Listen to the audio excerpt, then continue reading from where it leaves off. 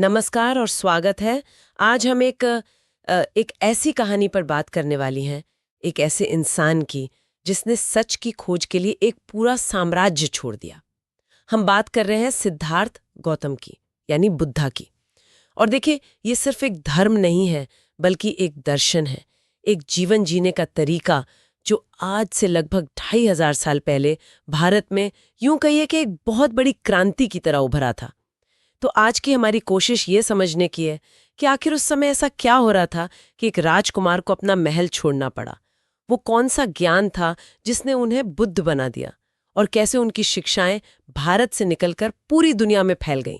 चलिए इस दिलचस्प सफर की शुरुआत करते हैं।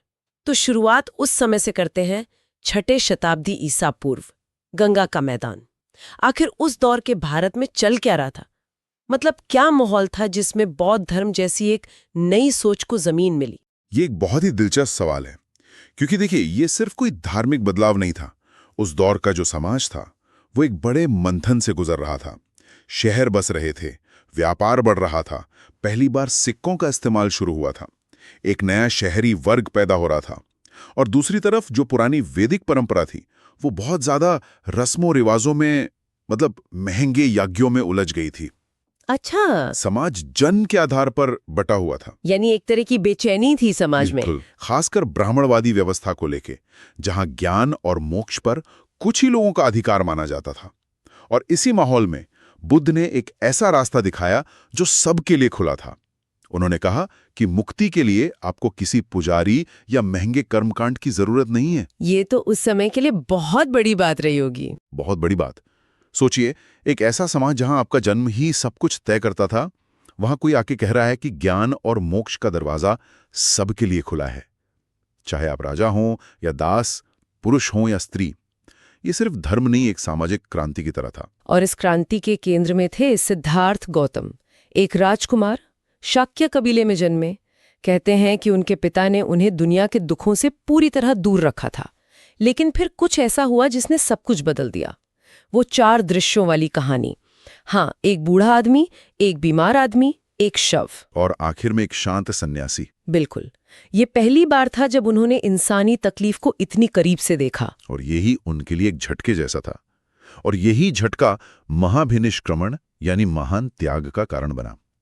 29 साल की उम्र में एक रात वो अपनी पत्नी, अपने बेटे, अपने पूरे साम्राज्य को छोड़कर सच की खोज में निकल पड़े। ये कोई मामूली फैसला तो नहीं था। बिल्कुल नहीं। ये दिखाता है कि ज्ञान की असली खोज बाहरी दुनिया की चीजों में नहीं, बल्कि जीवन और दुख की सच्चाई को समझने में है। सालों की कठोर तपस्या के बाद बोधगया में एक पेड़ के नीचे उन्हें वो ज्ञान मिला और वो सिद्धार्थ से बुद्ध बन गए। यानी ज्ञाता। हाँ, ज्ञाता। तो सिद्धार्थ ने सच की खोज कर ली और वे बुद्ध बन गए। लेकिन उन्होंने खोजा क्या? वो कौन सा ज्ञान था? यहीं पर उनकी फिलॉसफी की बात आती है ना? हाँ, और उनकी फिलॉसफी का जो सार है वो 4 आर्य सत्यों में छिपा है। ये कोई बहुत जटिल दर्शन नहीं है, बल्कि जीवन की सच्चाई का एक बहुत ही व्यावहारिक विश्लेषण है। पहला सत्य दुख है। जीवन में पीड़ा है, असंतोष है, तकलीफ है। ये एक सच्चाई है, इसे तो कोई नकार नहीं कर सकता। बिल्कुल। दूसरा सत्य दुख का कारण है, और वो कारण है तृष्णा। तृष्णा मतलब इच्छा। हाँ, इच्छा, लगाव, किसी चीज को हमेशा बनाए रखने की चाहत। तीसरा सत्य जो सबसे ज्यादा उम्मीद देता है, दुख का निवारण संभव है, इस तकलीफ से बाहर निकला जा सकता है। और चौथा सत्य दुख निवारण का एक मार्ग है, और वही मार्ग है अष्टांगिक मार्ग। एकदम सही। अष्टांगिक मार्ग यानी 8 रास्ते। इसमें सही सोच, सही इरादे, सही बोली, ये सब बातें शामिल हैं। ये असल में मध्यम मार्ग का सिद्धांत है ना? बिल्कुल। बुद्ध ने दोनों अतिवादों को खारिज कर दिया। एक तरफ राजमहलों का भोग विलास, और दूसरी तरफ शरीर को कष्ट देने वाली कठोर तपस्या। हाँ, उन्होंने कहा इन दोनों के बीच का रास्ता अपनाओ। मतलब न तो रोज पार्टी करनी है और न ही भूखे रहकर पहाड़ों पर चले जाना है। बीच का रास्ता चुन रहा है। ये तो आजकल के वर्क लाइफ बैलेंस जैसा ही कुछ लग रहा है। आप कह सकते हैं ये जीवन को संतुलन में जीने की कला है। 4 आर्य सत्य तो समझ में आते हैं, ये बहुत प्रैक्टिकल लगते हैं। लेकिन मैंने कुछ और शब्दों के बारे में भी पढ़ा है जो थोड़े गहरे हैं, जैसे अनित्य और खासकर अनात्मा। ये जो नॉन सेल्फ वाला कॉन्सेप्ट है, ये तो दिमाग घुमा देता है। ये तीनों अवधारणाएं आपस में गहराई से जुड़ी हैं और बौद्ध दर्शन का कह सकते हैं कि दिल है। अनित्य का मतलब है कि सब कुछ बदल रहा है, कुछ भी स्थायी नहीं है। ये फूल, ये शरीर, ये विचार सब क्षणभंगुर हैं। ठीक है। अब क्योंकि सब कुछ अनित्य है, इसलिए किसी भी चीज से स्थायी लगाव रखना या उसे पकड़े रहने की कोशिश करना वही दुख का कारण बनता है। और अनात्मा, इसका क्या मतलब है कि कोई मैं नहीं है? ये अनात्मा का आइडिया थोड़ा मुश्किल लग सकता है, पर इसे एक नदी की तरह सोचकर देखिए। एक नदी की तरह? हाँ, क्या आप एक ही नदी में 2 बार पैर रख सकती हैं? नहीं, पानी तो बह जाएगा। बिल्कुल। तो बौद्ध धर्म कहता है कि हमारा जो मैं है वो भी ठीक उसी नदी की तरह है। ये कोई ठोस स्थायी चीज, कोई आत्मा नहीं है, बल्कि विचारों, भावनाओं, यादों का एक लगातार बदलता हुआ प्रवाह। अच्छा। जिस मैंने ये वाक्य शुरू किया था वो इसे खत्म करने वाले मैं से थोड़ा अलग है। ये अहंकार को तोड़ने का एक बहुत शक्तिशाली विचार है। अच्छा। तो बुद्ध ने अपनी शिक्षाएं दी, लेकिन उनके जाने के बाद इन सबको सहेज कर कैसे रखा गया? मेरा मतलब है कुछ तो सिस्टम बनाया होगा ना, ताकि बातें बदल ना जाए। बिल्कुल। और यहीं पर बौद्ध परिषदों यानी बुद्धिस्ट काउंसिल्स का रोल आता है। बुद्ध के महापरिनिर्वाण के बाद उनके शिष्यों ने समय समय पर बड़ी बैठकें की। ये एक तरह की कह सकते हैं ऑल हैंड्स मीटिंग्स थीं, जहां ये तय किया जाता था कि बुद्ध की मूल शिक्षाएं क्या थीं और संघ के नियम क्या होंगे। कुल 4 बड़ी परिषदें हुई थी, है ना? हाँ, 4 मुख्य परिषदें। और इन्हीं में त्रिपिटक तैयार हुआ। जी। इसे ऐसे समझ सकते हैं कि उन्होंने बुद्ध की शिक्षाओं की 3 किताबें या टोकरियां बनाई, इसीलिए इसे त्रिपिटक कहते हैं। पहली टोकरी सुत्त पिटक में बुद्ध की कही बातें थी, जैसे उनकी कहानियां और उपदेश। हाँ। दूसरी विनय पिटक में भिक्षुओं के लिए नियम कानून थे, मतलब एक तरह की गाइड बुक। और काफी बाद में तीसरी टोकरी अभिधम्म पिटक जोड़ी गई, जिसमें दर्शन और मनोविज्ञान पर गहरी बातें थीं। लेकिन क्या सब कुछ इतनी आसानी से हो गया था?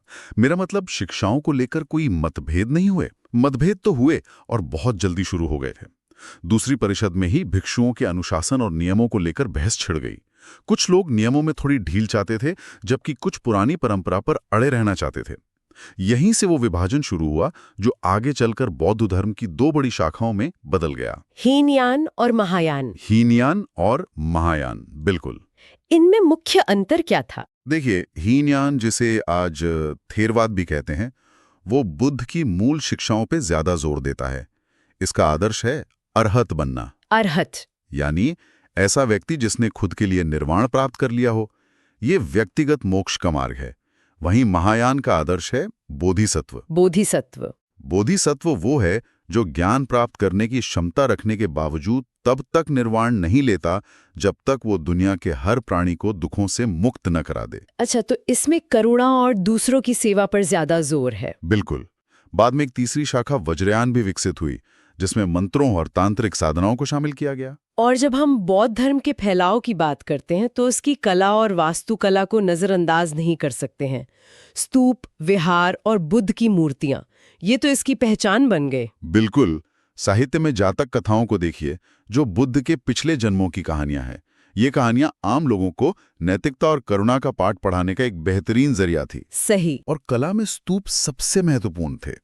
ये असल में समाधियां थीं, जहां बुद्ध या किसी बड़े भिक्षु के अवशेष रखे जाते थे। और ये ध्यान और श्रद्धा के केंद्र बन गए। हाँ। मूर्तिकला की भी तो कई शैलियां विकसित हुईं। गांधार, मथुरा, और मैंने पढ़ा है कि गांधार शैली पर यूनानी रोमन प्रभाव था। ये सुनने में बड़ा दिलचस्प लगता है ना? ये उस दौर के सांस्कृतिक मेलजोल का एक शानदार उदाहरण है। उत्तर पश्चिम भारत, जहां गांधार शैली पनपी, वो सिल्क रूट पर था और वहां यूनानियों का काफी प्रभाव था। तो वहां बुद्ध को अपोलो जैसे यूनानी देवता की तरह दिखाया गया। लहराते बाल, मांसपेशियों वाला शरीर, कपड़ों में सिलवटें, एकदम यथार्थवादी। और मथुरा शैली? मथुरा शैली पूरी तरह से भारतीय थी। यहाँ बुद्ध को एक योगी के रूप में दिखाया गया है। शांत, ध्यान में लीन। बिल्कुल। चेहरे पर एक आध्यात्मिक मुस्कान। यहाँ बाहरी सुंदरता से ज्यादा आंतरिक शांति पर जोर है। और ये जो कला में फर्क है ना, ये सिर्फ स्टाइल का फर्क नहीं है। अच्छा। ये सीधे सीधे दर्शन से जुड़ा है। महायान शाखा, जहां बुद्ध को एक लगभग दैवी रूप में देखा गया, वहां गांधार शैली जैसी मूर्तियां बनी। वहीं जो पुरानी थेरवाद परंपरा थी, वो बुद्ध को एक महान शिक्षक मानती थी। इसलिए मथुरा शैली में आपको वो शांत योगी वाले भाव दिखते हैं। तो बौद्ध धर्म भारत में विकसित हुआ, फला फूला, लेकिन इसे एक विश्व धर्म बनाने का श्रेय शायद सम्राट अशोक को जाता है। कलिंग युद्ध के बाद उनका हृदय परिवर्तन, ये कहानी तो हम सब ने सुनी है। अशोक ने जो किया वो उससे कहीं ज्यादा था। उन्होंने सिर्फ बौद्ध धर्म अपनाया नहीं, बल्कि उसे अपनी राजकीय विनिधि का आधार बना लिया। उन्होंने धम्म की नीति चलाई जो अहिंसा और सहिष्णुता पर आधारित थी। और इसे सिर्फ उपदेशों तक नहीं रखा। नहीं, उन्होंने अपने संदेश पत्थर के खंभों और चट्टानों पर खुदवाए ताकि हर कोई उन्हें पढ़ सके। पूरे साम्राज्य में स्तूप और मठ बनवाए, और सबसे बड़ी बात, उन्होंने अपने दूतों को श्रीलंका, मध्य एशिया और दूसरे देशों में भेजा। हाँ, अपने बेटे बेटी को भी भेजा था उन्होंने। बिल्कुल, अशोक ने ही एक भारतीय दर्शन को ग्लोबल बनाने की नींव रखी। लेकिन ये थोड़ा अजीब नहीं लगता? जो धर्म भारत में ही पैदा हुआ, अशोक जैसे सम्राट के साथ इतना फला फूला, वो यहीं से लगभग गायब कैसे हो गया?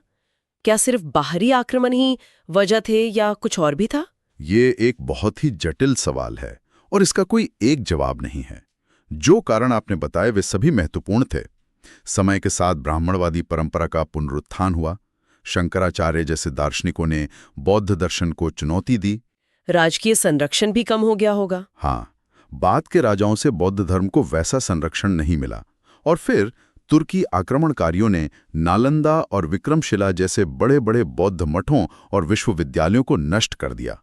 वो तो इसके ज्ञान के केंद्र थे। तो क्या संघ के अंदर भी कुछ दिक्कतें आ गई थी? हाँ, ये भी एक पहलू है। समय के साथ संघ भी कर्मकांडों में उलझ गया और आम लोगों से उसका संपर्क कुछ हद तक टूट गया। लेकिन ये कहना कि बौद्ध धर्म भारत से खत्म हो गया शायद सही नहीं होगा। अच्छा, रच बस गए।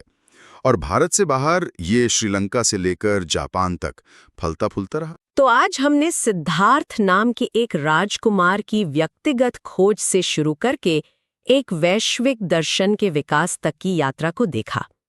हमने समझा कि कैसे उस दौर की सामाजिक उथल-पुथल ने एक नई सोच को जन्म दिया। हमने उसके मूल सिद्धांतों, उसकी कला और भारत में उसके उतार चढ़ाव को भी समझा। ये साफ है कि बौद्ध धर्म केवल पूजा पाठ या कर्मकांड नहीं है, बल्कि यह अपने मन को समझने और जीवन की चुनौतियों से शांति से निपटने का एक बहुत ही व्यावहारिक रास्ता है। और अंत में श्रोताओं के लिए एक विचार छोड़कर जाता हूं।